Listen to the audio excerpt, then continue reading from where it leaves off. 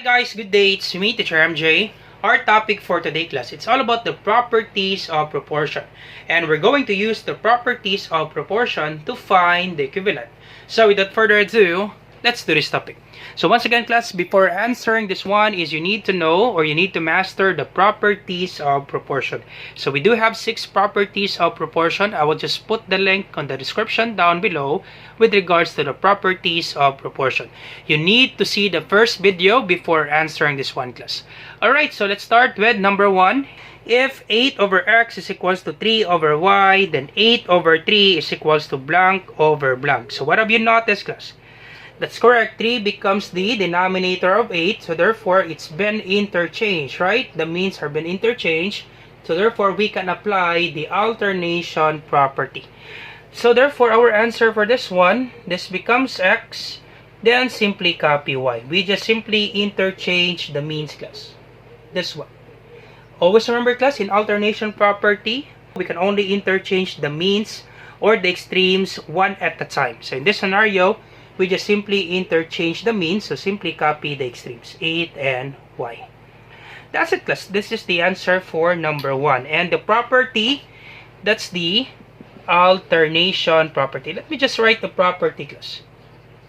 Alternation, and I will just put P, alternation property. How about number 2 class? What have you noticed? X over 6 is equals to y over 15. Then x plus 6 over 6 is equals to, what would be our answer? That's correct. We can apply this one, addition property. So that would be copy y, then plus this denominator 15, then copy denominator. That's it class. This is our answer for number 2. Easy, right? For number 2, we call this one addition property. Alright, so this will be addition property. Alright, so number 3, if x over 9 is equals to y over 20, then x over y is equals to blank over blank. So what have you noticed class? That's correct. Y becomes the denominator of x, so therefore it's been interchanged. Same with number 1. So therefore this will be interchanged. This is 9, then simply copy 20 because we can only interchange one at a time. Therefore the means are been interchanged. Alright, and this is alternation property. So I will just put P class for the property. Alternation property. Let's give another example class for you to really understand this one. Alright, so number 4, if x plus 3 over 5 is equals to x minus 2 over 6, then 6 quantity x plus 3 is equals to, what's the answer class? That's correct. It's been cross-multiplied, right? 6 times this one, that would be 6 times quantity x plus 3. Therefore, our answer will be 5 times this one. This will be 5 times x minus 2. Alright, we can distribute this one. So, this will be 6x plus 18 is equals to 5x. 5 times x, that's 5x. 5 times negative 2, that's negative 10. So either of these two class, this will be acceptable for our equation. And what would be this property class? That's correct. That's cross multiplication property. Okay, cross multiplication property. I will just put P class for the property. We don't have enough space. Cross multiplication property. Alright, so number 5, if 14 over 3 is equals to x over y, then 17 over 3 is equals to, what's the answer class? What have you noticed for this one? From 14, it becomes 17. Then copy the denominator. That's correct. We can apply the addition property. So as you can see, this is 14, the numerator plus denominator over denominator, right? 14 plus 3, that is 17 over 3 is equal to, then our equation will be x plus y, then copy y. That's it class. 14 plus 3, that is 17. So we can write this one, 17 over 3 is equals to x plus y over y. That's it. Our answer for number 5. Alright, so let's try another example, number 6. If 5 over 6 is equals to 10 over 12, then 6 over 5 is equals to, what have you noticed class? By the way, what property is this one class? Number 5.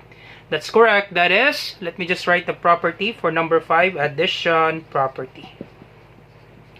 Alright, I will just write P for property. That is addition property for number 5.